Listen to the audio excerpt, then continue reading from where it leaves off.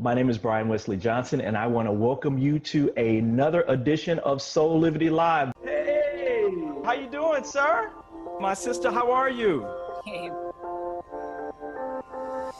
My name is Brian Wesley Johnson, and I want to welcome you to another edition of Soulivity Live. Hey, my sister, mademoiselle. That is the most amazing introduction I've ever heard. Oh, being here. Oh, what an amazing day. Go make it even more amazing. Myself and Madison, Brian Wesley Johnson. Thank you for joining us on Saturday morning. Full of passion, purpose, and high quality living. See you next time. I'm done. Let me do this. Hello and welcome to another edition of Soulivity Live, everyone. We had a couple little technical difficulties, but we are here and ready to go. So, my name is Brian Wesley Johnson, and I'm so glad you joined us because we have a fantastic show for you today. We're going to be talking about current events. We're going to be talking about the pandemic. We're talking about our political world. Talking about things like Black Lives Matter and a whole bunch of other things, because all of these things are causing all of us stress and anxiety and pain, fear. I don't want to move through this. And so I brought some special people to Soulivity Live to kind of talk about these. But before we get into that, I want to make sure that we thank our guests from our last live show. I want to thank Dr. Ebony Jade Hilton, and also Melva Thomas Johnson. We had a fantastic discussion about the medical effects and the psychological effects of the pandemic. And if you missed it, you really want to go back and check out that show because there's a lot of great information shared. And I thank both of them for their knowledge and expertise in helping our audience get inspired to move. And as always, if you missed it, you can always see a replay of this show or any of our other shows by visiting our new and improved YouTube channel. Also, subscribe while you're there. You will be able to receive alerts and notifications every time we go live. All right, so let's get to today's show, okay? Like I said before, we're going to talk about what's going on in our current society. Specifically, the ongoing events that are affecting our lives and creating anxiety and stress. I mean, our nation and our world has been pushed to emotional heights that have never been seen before. And I thought it was important for us to have a discussion about how to really deal with all of these events as they are coming at us in rapid succession every single day. I mean, check this out. The White House is promising a major breakthrough in the coronavirus fight. The press secretary says the president tonight will announce progress on a treatment for COVID patients. That will come later today. We do not have any details yet. It is 7 months now since the CDC reported the first confirmed case of coronavirus here in the United States. Back on that late January day, the CDC said the risk to Americans was very low. Now that same CDC projects the U.S. death toll will likely climb past 200,000 in the next 3 weeks. 200,000 people is everyone in Salt Lake City or Grand Rapids, Michigan. The risk, it turns out, was and is very high.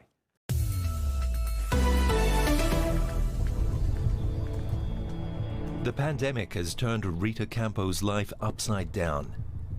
The fear of getting infected and losing her job have led to depression. I was caught off guard by sadness and overwhelming tiredness. It was the result of having to work at home while taking care of my son. I have to make lunch and dinner every day and help him learn while also helping my family. My number of household tasks was multiplied by 10. Some anti-anxiety medication is out of stock in Portugal. Antidepressants are up by as much as 11%.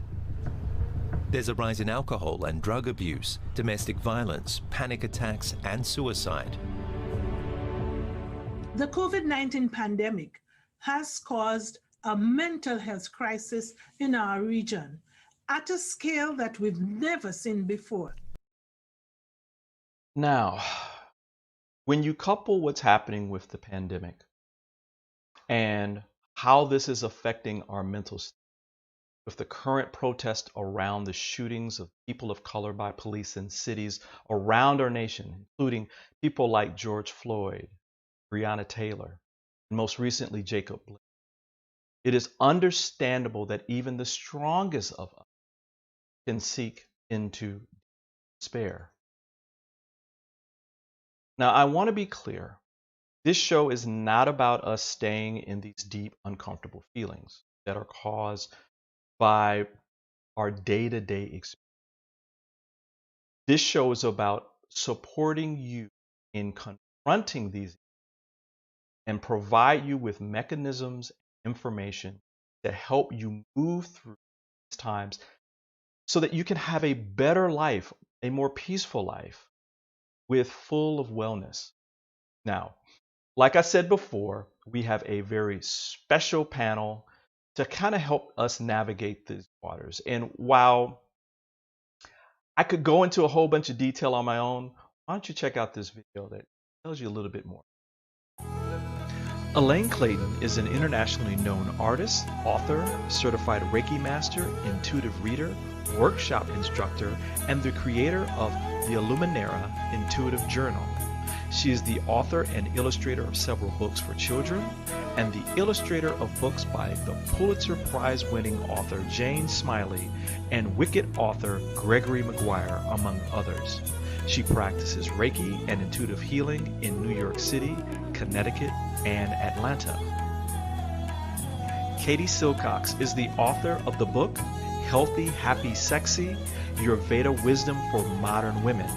She is also a nationally recognized yoga teacher, Ayurvedic practitioner, writer for Yoga Journal, and a senior teacher within the Tantric Triveda-based Para-Yoga lineage under Yogarupa Rod Stryker. Katie was named one of the San Francisco's best yoga teachers by Common Ground magazine in 2009 and one of the 70 yogis changing the world in Origin magazine. Her signature teaching style blends classic yoga, vinyasa-based asana, life-changing tantric Ayurvedic philosophy.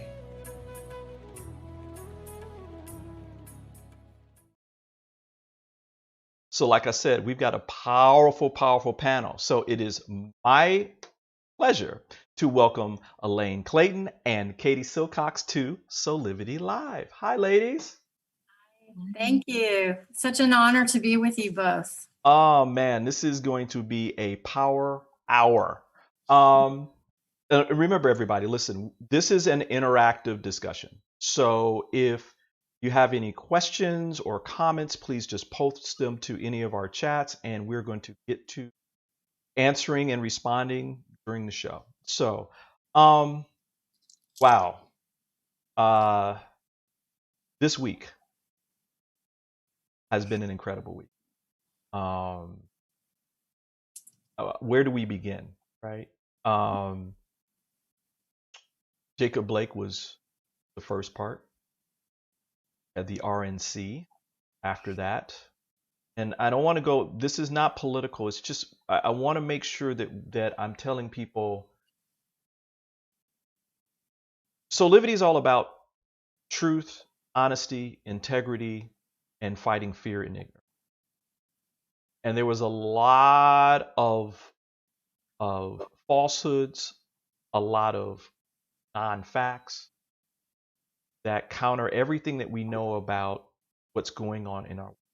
That's why I bring the RNC.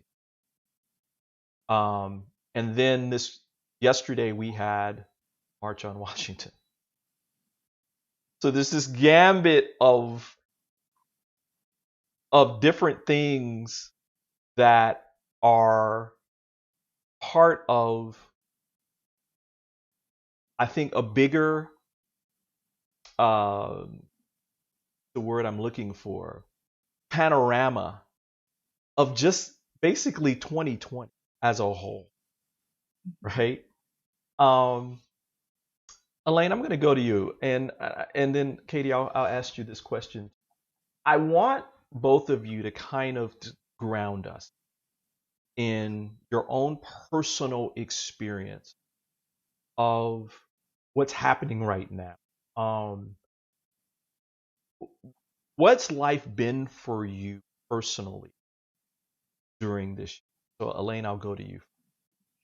What has life been like for me personally? Well, you know, we were talking before about the macrocosm and the microcosm. And I think I'm feeling all of the pressure and pain of, you know, the legacy of hundreds of years of oppression, and the pain of the way I have to process that personally. And meanwhile, intuitively sensing everything shifting. Nothing is, the system is getting dismantled. It's being loosened. And how do I stay balanced within that? How do I stay composed within that? So in some ways, what's going on is so needed because it's, the veil is being lifted and truth is getting known right away. And our emotions are on the surface, and so are we trying to think how to get through it. So there's that, and the pain of it and the angst of it, but then being in a healing life, a mind, body, spirit oriented life, I feel like in a way, the messages that we want to bring are now, people that are more conventional are now very open to what I'm trying to do. Whereas before, they didn't have to be, they weren't necessarily closed-minded, you know, entities were a lot more conventional. So I just think it has a silver lining in some ways, because this stuff breaks us open, and we need to be broken open from the heart. But I can't say it's been, has not been easy, of course. It's been isolating, and I cry sometimes. But I feel like we have a chance now to be more loving in a real way, to actually come to what is love, what is empathy. That has never been on our agenda. It's always been a side thing. You know, even when, and I love Dr. Fauci, but even when COVID first started, and it was obvious that people of color were dying at a higher, faster rate in New York City. This is when it was still in New York City. And they actually were at the podium saying, yes, we need to look into that as to why. Everybody knows why. Everybody knows that there are food deserts, that there's not equal pay, the opportunities are not equal, and healthcare is not equal. Why are we still pretending, oh, we need to look into it? So I feel like where we are today from that moment, how many months ago? It's only a few months, but it seems like a year or two. I think we're a lot more awake now than we were. That's just because we can't get away with fibbing anymore. Right. And that's part of the process, right? You know, we were talking before about macro, macro, right? Macro, micro, where as the body, as a nation, the world as a body, there are things that are happening that we've been ignoring, and they've been metastasizing and metastasizing and metastasizing. I like that. Thank you. That analogy, because if we are a body, we are one. Right. But we don't know, half of us, we don't know it half the time. We're not conscious. Exactly. Right. But each human is like a cell within the body. We are one. We're all made of that same light. And I guess this is an era where we can actually either suffer to get to harmony or get to harmony with less suffering. You know, speaking about embodying this and understanding the connectiveness that we all have, Katie, this is what your life's work is about, this, right? Yeah. What has been your personal experience around these times? You know, I want to say, in my bio, you mentioned that I had studied with a teacher named Rod Stryker and that was actually an old bio. So I want to start by correcting that. And I only bring that up because it's partially an answer to your question. Okay. all of our structures, including the one that I was in, which was a guru-based tradition, are falling apart. And so for me, I had to make the decision to actually be myself and move out into the world without the authority and structure of a male-dominated system. And so I hesitated to even bring that up, but then I thought, I think it's really apropos, because for me personally, my life began to ask me to step into my actual spiritual sovereignty and true voice as an individual outside all of those protective structures. And I feel like that's exactly what's happening right now to our whole entire world. Our government can't be trusted. Our medical system is crumbling. Pharmaceutical companies own this country, and on and on and on. Religious institutions, even relationship between men and women it's all kind of coming, as you said before, to this sort of inflammatory head. And I think I love this idea of microcosm, macrocosm. Personally, how this has affected me is, like I'm sure Elaine and you, I'm a very embodied, feeling, empathic, intuitive person. And so I experience all of these things very much through the body. And what I'm feeling, and I think my concern and what I would love to offer to your listeners is this understanding that we are all dealing with the collective trauma. And that is affecting people of every single skin color. And when we're in a traumatic response, we go into that very reptilian brain where it's fight, flight, and freeze, and it's us versus them. And it's a really natural response when you're an animal that feels threatened. You're going to throw something, right? You're going to burn a building, or you're going to run away and hide in your closet and freeze and have depression. These are all an animal's appropriate response to an insult on the body. And so what my passion is and what I want to offer to your listeners is to really learn about trauma, learn about the way that we must, as a nation, as a people, irrespective of where we're coming from, experience the healing in a nonverbal way, because that's how the body speaks. The body processes pain through emotion, and it is wordless. It's a felt sense. And so I see a lot, and even being on this show, we have to talk about these things, right? And we can't silence ourselves. But at the same time, we run the risk of getting caught in what's called the trauma vortex. Right? Where we focus on it. And so how do we find the balance between speaking up and speaking our truth?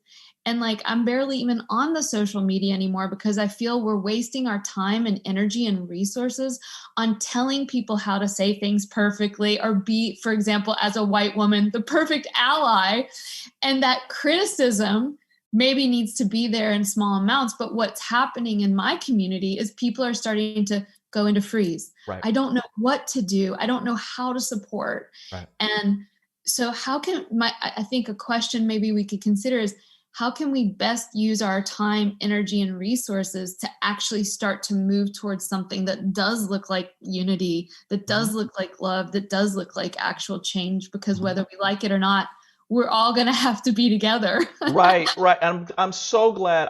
Again, that's why in the beginning, I wanted to make sure that people understood that this discussion isn't, a rag session, or, excuse my French, a bitch session about all our pain and all this kind of stuff. It's important for us to recognize it, right? And sometimes you need a bitch session. Right, exactly. Right. But as my dad and my grandfather used to say, you don't pitch a tent in it, y'all. You don't oh yeah, I'm going to set this sit and I'm just going to lay and wallow in this, right? You have to, life is moving. You move through this into a new understanding about why you just went through that experience. And the answer is always growth, right? It's always about growing. It's funny that you talk about, Katie, that you were talking about, making sure that we were moving through this and into a deeper understanding and what's next, because that was my next question. where do we go from here, right? I think, Elaine, you were talking before about some of the opportunities that exist in this moment. Because, Katie, I think you were alluding to this. While there is pain, while there is these uncomfortable feelings, while there is these structural things that have been around forever, there's also opportunities that always exist for us. We just needed to choose them, right? You know better, you do better, right? But it's hard. So, Elaine, I'm going to go to you because you had started this part of it. Okay. What are some of, I mean, let's dig deep into some of these opportunities that exist. Because I think, Katie, you were talking about this too. And I think it's important that we talk about the opportunities that exist for all of us and start focusing in on that part of it so we can move toward it, right? So I'll hand the floor to you. Okay. Well, I love what you said, Katie, because so I had about 15 years ago developed this intuitive stream drawing creative meditation method and a way to develop through visual imagery deeper intuitive intelligence, because I felt from years ago when I did children's books that kids, we weren't talking about empathy. When we were young, I think we were in fight or flight mode from day one in school. We were conditioned to accept fight or flight mode as a way of being. And when you're in that reptilian brain, like you were saying, Katie, you're not using your intuitive, creative, spiritual, emotionally open brain is not operating. You're shut down. You are only trying to survive, not being humiliated and not being attacked in some way. So I think that one of the things, one opportunity, and again, we've all been doing what we've been doing before these really momentous times, because I think we knew that this was coming, or that we're just being ourselves in it. Having a way to center and to go inward is so essential, because if we don't do that within ourselves, how do we bring that conscious awareness of that, even being aware that we're in fight or flight mode? We have to have some conditioning that we didn't get when we were young. Nobody asked me, how do you feel about your math problem? Nobody asked me how I felt. They didn't even encourage us to, talk to each other about how someone was suffering next to us. And I'm not criticizing everybody. I've been a teacher. I know you have to have a job, but I'm just saying our overall society, after all these hundreds of years, has focused so much on rational and logical thinking as the only way to get answers. And you have to go outside and you have to pay for it, and it's going to hurt. And that we have forgotten that we're natural born creators. We have to do something with that, or we're so disconnected from our ability to be intuitively tuned in and empathic toward each other. If we can't know where we are in our consciousness, we're really lost when we come together. And I think that's part of why it's so volatile. So, my opportunity, I see it opening and, expanding, because people are so hurting that they want relief. So the stream drawing is a way to, recapture the way you freely drew without feeling criticized when you were a toddler. And I realized over the many years, people would say, I love to draw, but I'm not good at it. So they have lost that natural compulsion to make a mark, to take a blank surface and put their own voice on it, to actually be present. No one encouraged that empowerment much. So you have to use your non-dominant hand and close your eyes. And it's a little bit more fun than kind of being all jazzed up and nervous and going like this. And you're not really meditating. You're like, you got the checklist in your head. And yoga is great for, because you concentrate on your breathing and you're doing these really important moves. Drawing is another impulse that we have as a natural human innate action. We just want to. So I'm trying to help people meditate while they're getting empowered with creative energy. And I think it helps release some of the tension while you then reflect on what you felt while you drew and on the drawing itself. So that is encouraging a conversation that is intuitive, that is starting with me here in my heart and mind. And it's giving my both sides of the brain a chance to work. And then maybe I can go out and gaze upon other people with appreciation of their worth. That's what it comes down to. We are missing out on loving each other. And the system is doing it and reinforcing it. And, people that can't say Black Lives Matter, when that oppression has been specific and particular and only for hundreds of years, why can't you say it? And again, everyone's going to find their way through this, but I just feel like we are shut down at the heart chakra. But we're opening. We're starting to open. Bravo. You got me on that one. Got me speaking. Because I think the question that I've actually been asking myself, and even with some friends of mine, have been, where do we really start? Right? And it can't, in some of the, there's politics and laws and all that kind of stuff, but there has to be something higher, deeper, that affects the change that we really are seeking, right?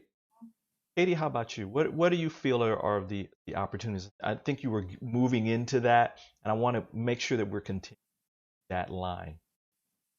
I loved what Elaine said, and I think we're, in Tantra and Ayurveda, they understood this time and they called it the Kali Yuga, the age of disillusionment, the age of violence, darkness, the age of trial and tribulation. And yet it's also the time when there's the most opportunity to come to God, to come to the light, to come to love, whatever you want to call it, to come home.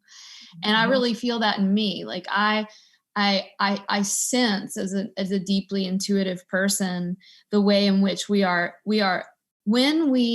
when something's actually too unbearable to actually feel inside of our own body, because all of us are walking around with fear and rage and anger and hurt. And all of us are the children of many times like emotionally immature parents and grandparents, because we're all walking around with that. And I think the African American community holds this very special form of that pain body that for whatever reason this moment is asking all of us to hold that with you guys. And it's a great honor to do that. But at the same time, it's triggering all of that unresolved stuff in everyone else.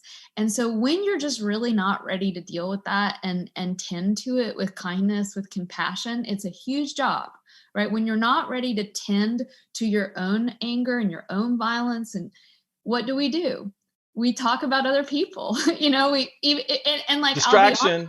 Yeah, distraction and this kind of like, I call it this othering syndrome. And I'll be honest, like when Donald Trump won, I was so upset. I actually did a tantric practice where I felt all the rage and all the fear and all the anger that was there as a woman. That was a big deal for us when he got elected. It was just a huge punch in the gut for women and for oppressed communities. But what I'll say is it was hurting me so bad that I started this tantric practice where you hold your enemy in your arms as a baby. And I hated it. I hated this. I don't want this man baby in my arms. Like I'm holding my baby Trump. And over time, I actually began to see him becoming more and more young in my arms to that moment of being a baby. And I looked across his life and I saw how he was the child of a father that could never love him. And he was always, and all these insights came to me. Now, I'm not saying that in any way that absolves him or that we need to have him in office. But what I'm saying is it melted that hardening on my own heart. Right. And so even though this is a tall ask, what I think is being asked of us is, who have you thrown out of your heart? because it's only hurting you. Mm. You know, and I think, you know, I could say so much about this, but like what began to happen was I began to feel better. And I began to feel the essence of who I am, which is not a woman. It's not a woman from the South. It's not a white lady. It's not all those labels, right? Author, yoga teacher. It just began to be that I began to identify with the part of me that is completely unchanging, which is, as Elaine said, love. And the second thing I want to say is I have something, I'm actually don't really teach yoga anymore. I have something called body church. You know, the church itself is crumbling, and the church used to be a place that you would go to move and dance, and there was drumming. And what I just want to recommend, as Elaine was saying, the drawing, also the dancing and the moving, because emotion cannot be processed without movement. So I began to meditate with love on the enemy, the perceived enemy, and to really keep the body moving, which compounded during this coronavirus time. Everyone's becoming, in many places, more sedentary and more locked in, when actually we need the opposite. We need to move. And if we can, we actually need to move together. I love it. I love it. I love this conversation. I'm so glad you ladies are here. This is exactly the kind of conversation I wanted to have, and I wanted it to be a gift to everyone in our community. Why don't we take a pause, and we're going to do a quick reset, and then when we come back, we're going to continue this line of turning the opportunities into growth and specifics around what are the practical things that we need. So hang tight, ladies, and everyone. We'll be right back with Soulivity Live.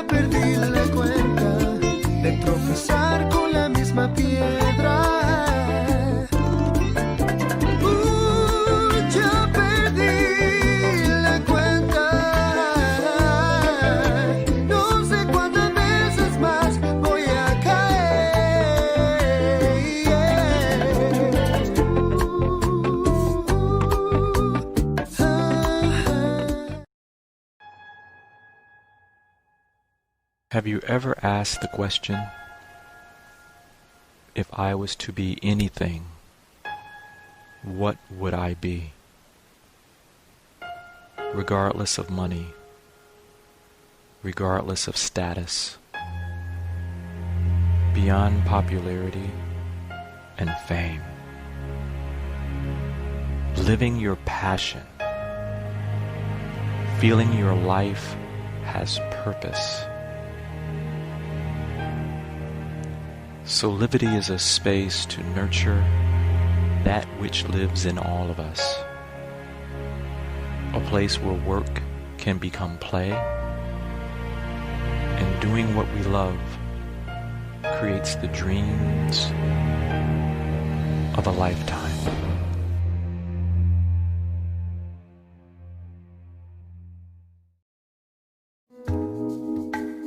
Some people have a posture in which the shoulders round. Some people have a belly that came from long hours working in a computer. Driving, grabbing your baby, the posture changes with your lifestyle. So we have to reprogram our posture in order to have a better lifestyle. So what is important here to know? Our core, the house of our body, with the roof here, the diaphragm, with the pelvic floor that is the ground, and the whole core muscles are the walls of the house, have to work properly in order to have a good posture and a good movement. Watch Body Fit with Alexa Marine every Monday and Thursday at 9 a.m. right here on Soulivity TV.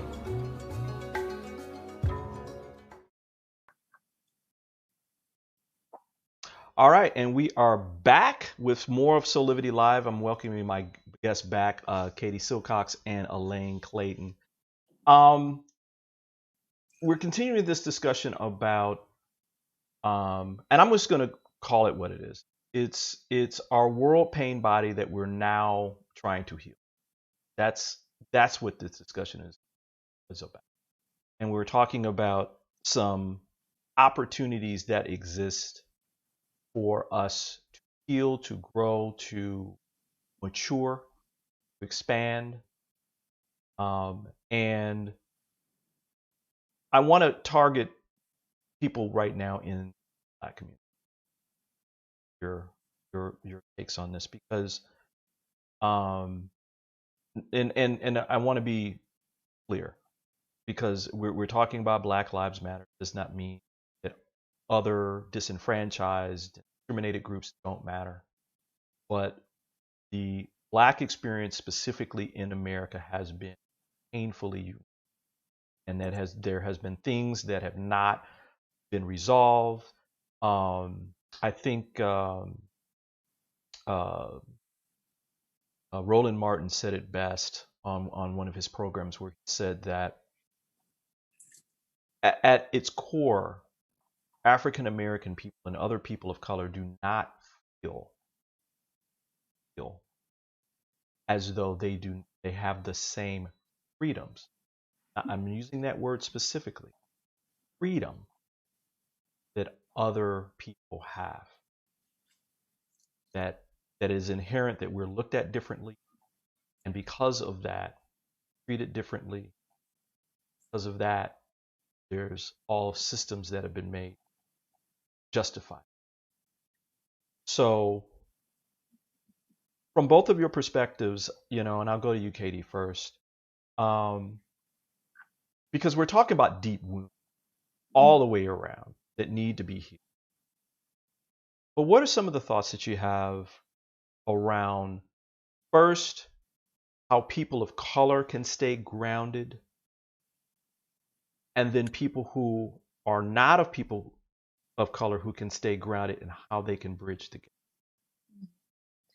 That's what we're talking about. And this is a difficult conversation, but at the same time, it needs to be had, and it needs to be had so that we can.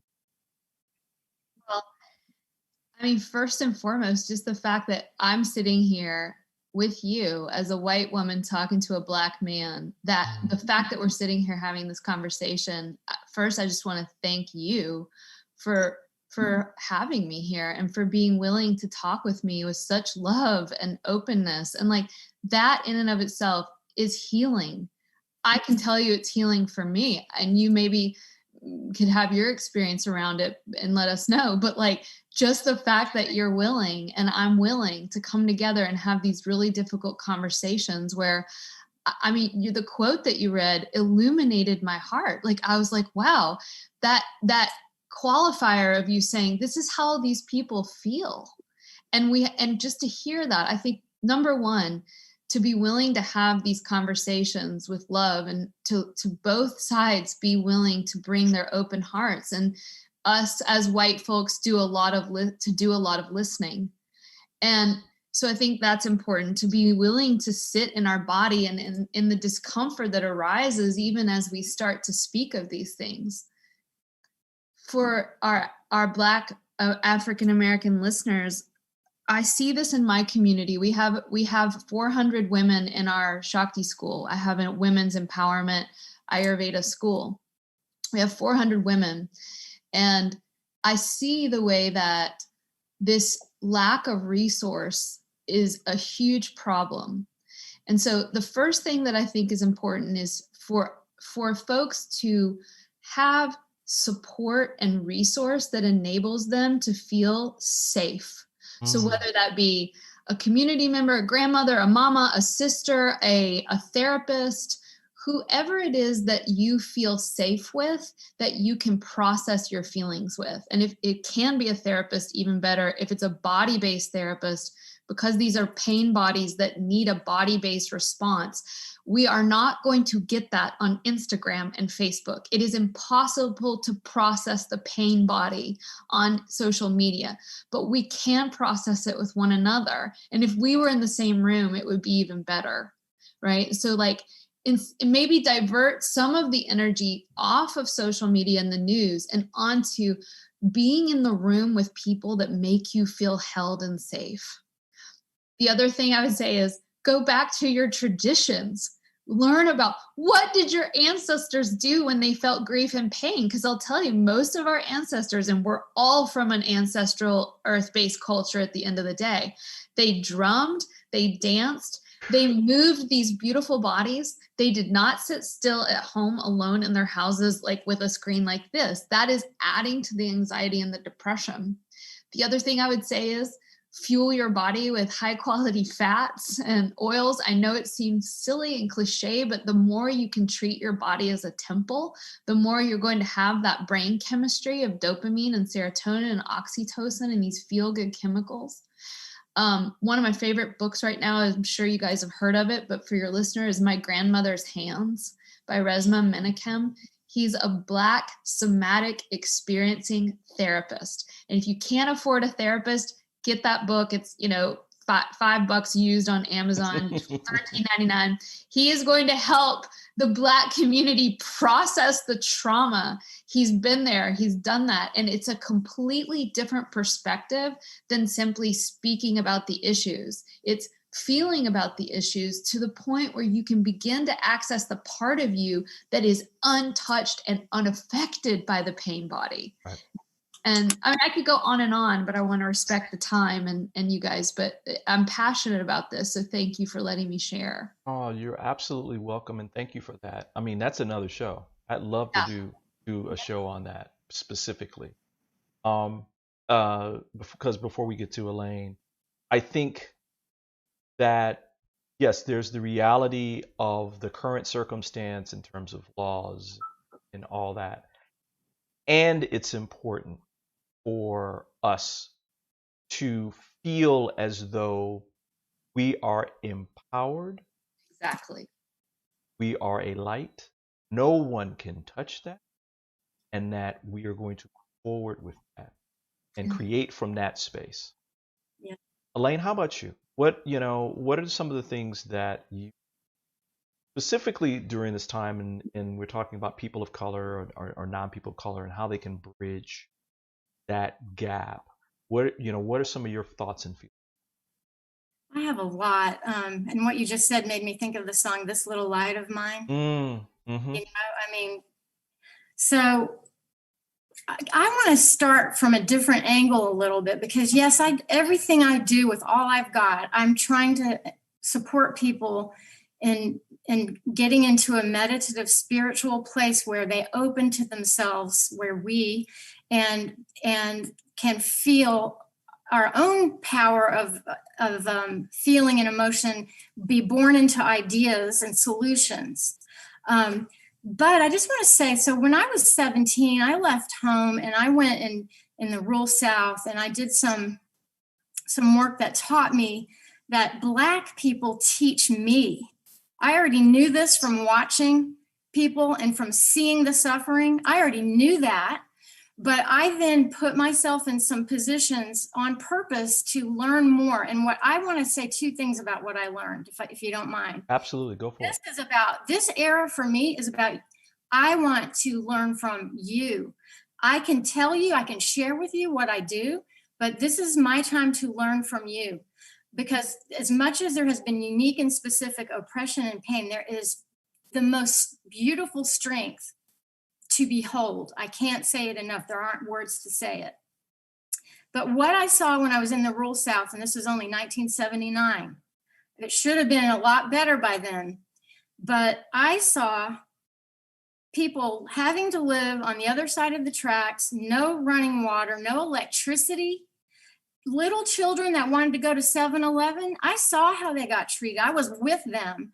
I didn't have the same treatment toward me exactly, but not even near, but I got to see how that weight of oppression begins so young. And then people turn around and say, why don't you make your life better? It's all on you. But you have every day this huge weight on you. And then when I was young and lived in Atlanta, I decided, this is like 1984, maybe it was 1983. I'm going to go as a white lady. I was only in my 22 and work in Southwest Atlanta where it was all Black. And, I thought I'm going to learn what oppression really is, because I have always been a part of the dominant culture. I get to look at it and not think about it if I don't want to, and think about it when I want to.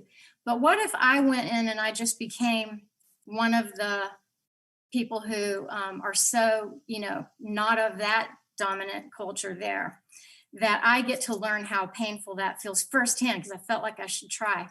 But you know what? Everybody was nice to me. They were so loving to me. They taught me how to be deeper intuitively. They taught me about creative visualization. That's when I learned about Shakti Gawain's book.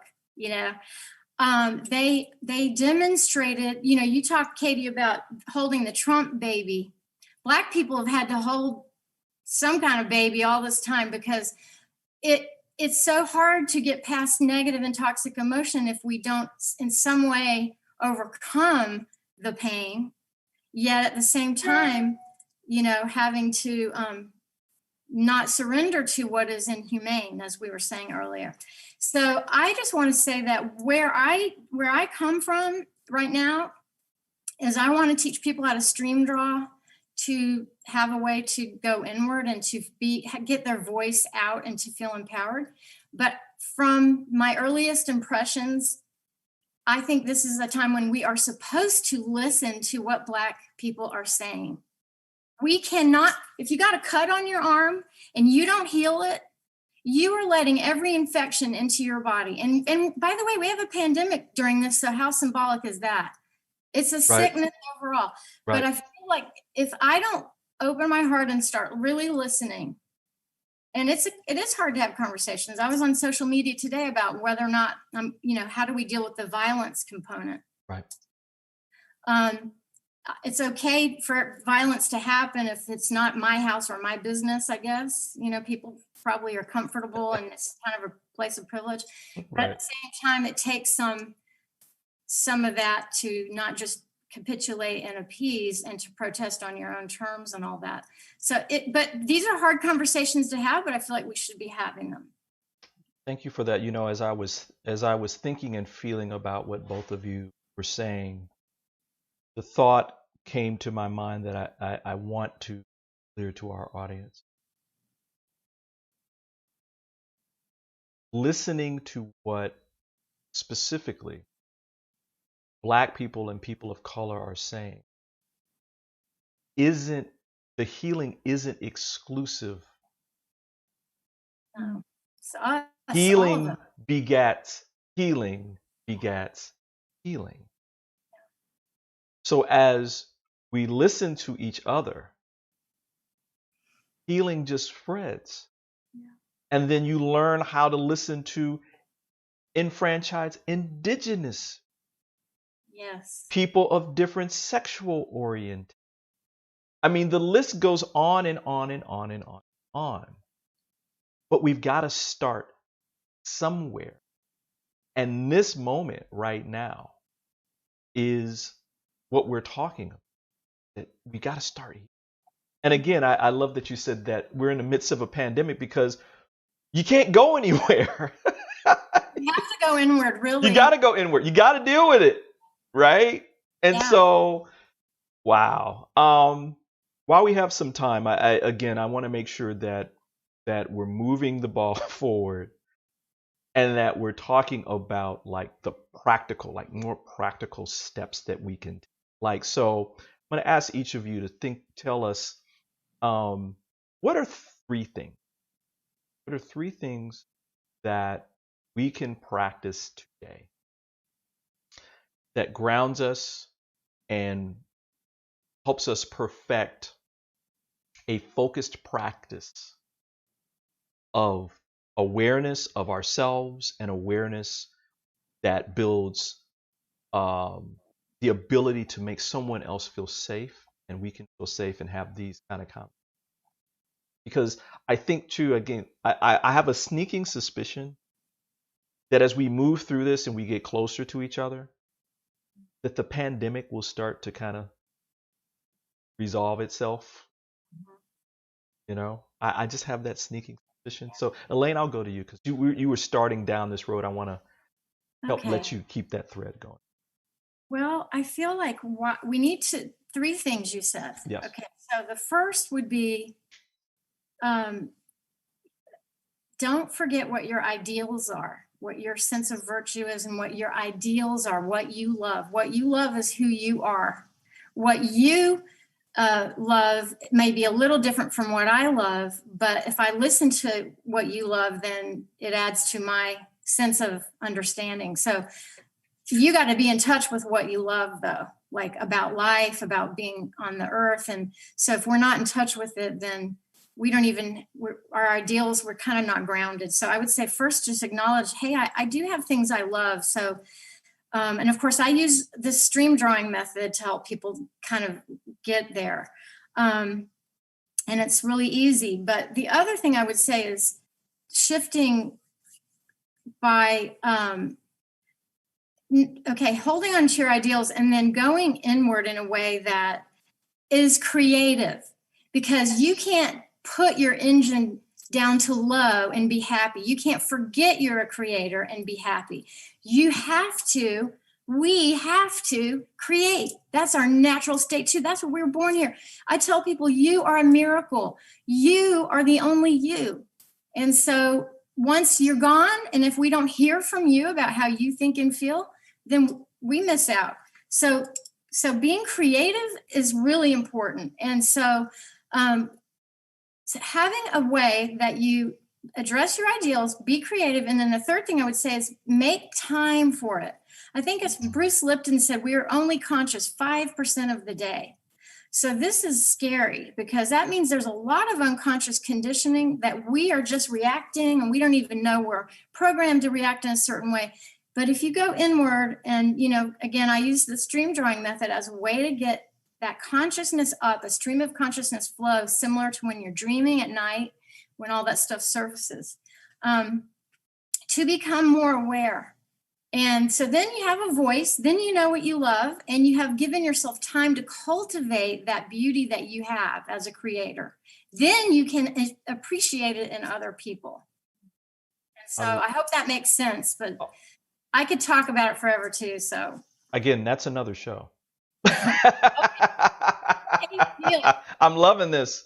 You're helping me do my job.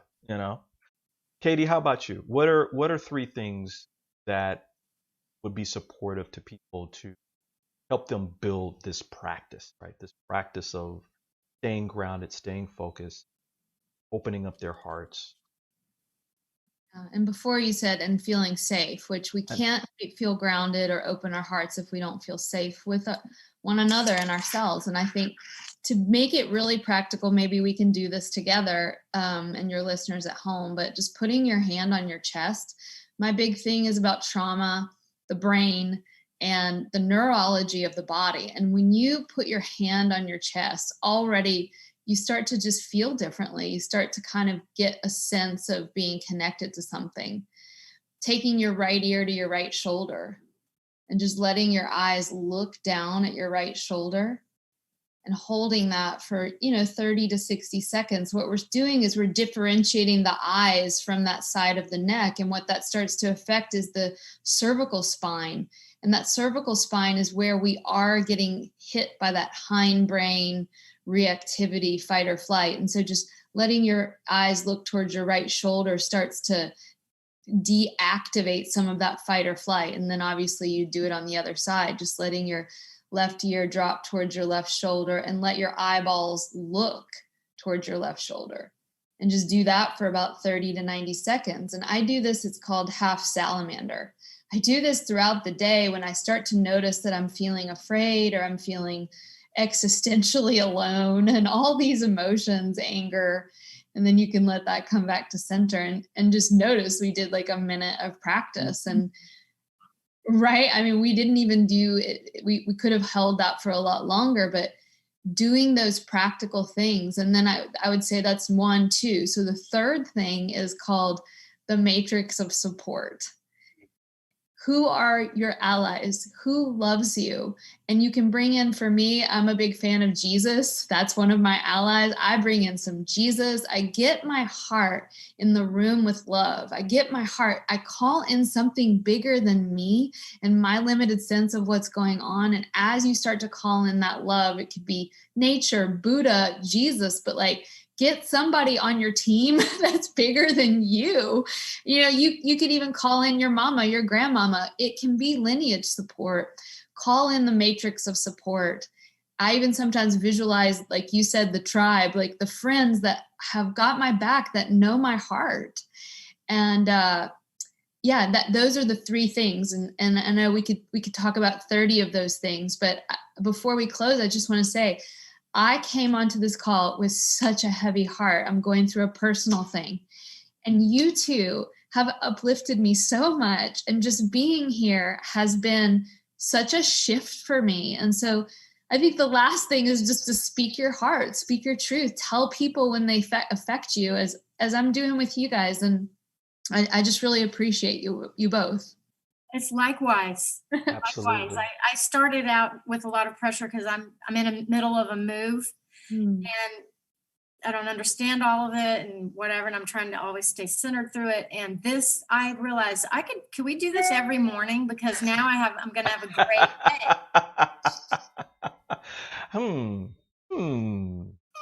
day. Yeah. I mean, listen, this is the purpose and passion of Soulivity. This is it in action, right? To create connective tissue between everybody so everybody can feel heard, validated, loved, safe, all those. And then from that space, create the best life, right? Because now you're anchored in who you really are, right? You're validated as a light. Words that we use. Thank you both. Thank you. Thank you both. We got to do this again. You do this again? Sure. Yeah, we may have to do this every action, and I would love to do stream drawing so people can learn how to do it, and then a little bit more of what Katie just brought. Heck yeah, I could be doing that. Both of what you guys are doing. Listen, everyone, I posted both Katie and Elaine's Instagrams in our chat. Better go check them out. I'm coming after you. This has been a wonderful discussion, and look, to be continued. Life is about growth. Growth is not a destination. Like, stop. Right. Never You ends. continue to talk and learn and grow. And I love one of my spiritual teachers, one of my happy tribe, Reverend Howard Caesar, just always talk about it as the great spiral upward of a system. Spiral upward, flying upward. So thank you for being a part of that. So stick around for a hot second while I do some quick logistics here. So everybody, listen, this has been part of our collaboration with Beyond Words Publishing. We have a whole bunch of great authors and teachers and classes. So we appreciate you for joining us for this specific show. We're having giveaways. There's one going on right now. If you go to our Soulivity Live book club and join, you'll be able to learn about all the things that we're doing in the club and all the great giveaways that we're doing. And some books by these two lovely ladies that we talked about, or even other things. Before we end the show, I want to make sure that I acknowledge someone who just passed away. Somebody who was important to specifically the African American community, but I think transcended all of that. Actor Chadwick Boseman passed away from colon cancer. Didn't know. Not a joke. Not a joke. It's for real. And what I wanted to do was acknowledge him, acknowledge the things that he's done, and wanted you guys to kind of watch. Everybody knows about Black Panther, but he's been a fantastic actor and had so many different roles throughout his career. And I just want to, I can get the video going. Hang on, guys. There we go. Is this not why you are here? Answer me, you black son of a bitch! You want a player that doesn't have the guts to fight back? No. I want a player who's got the guts not to fight back.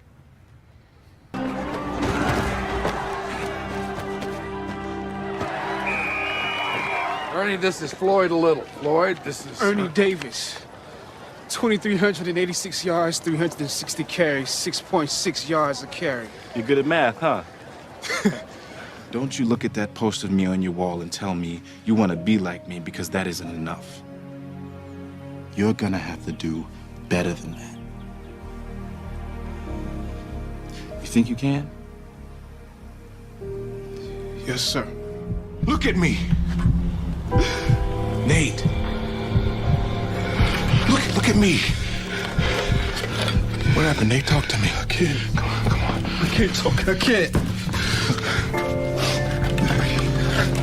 Talk to me. If you hold that in, it's gonna eat you up. Nate, I'm your father. All I had to do was say the word abort, and they'd be alive. Hey.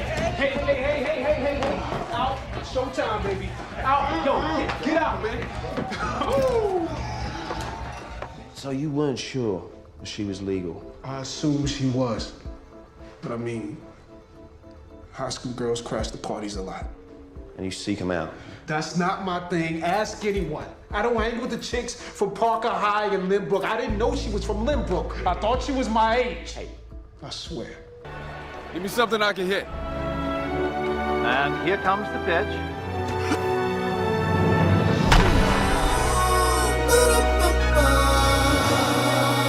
Feeling better than I ever felt.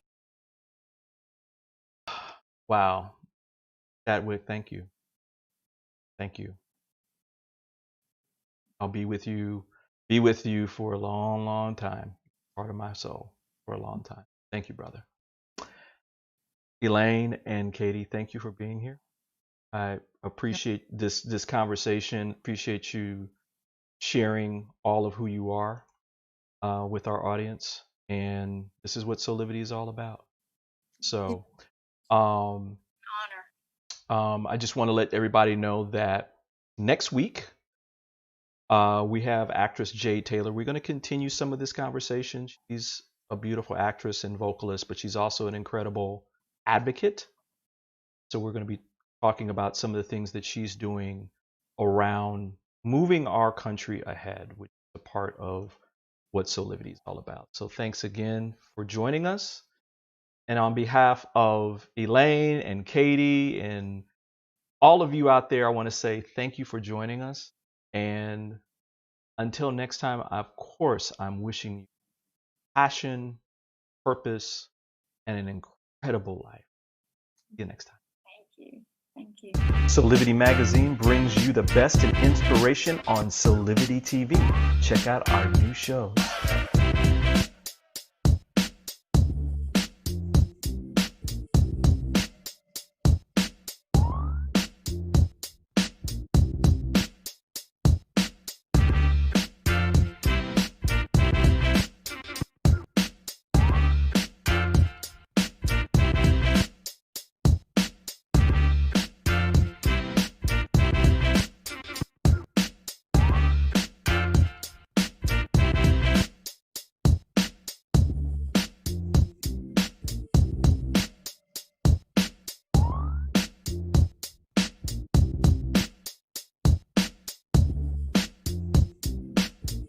Mark your calendars for Soulivity Magazine shows by going to soulivity.com now.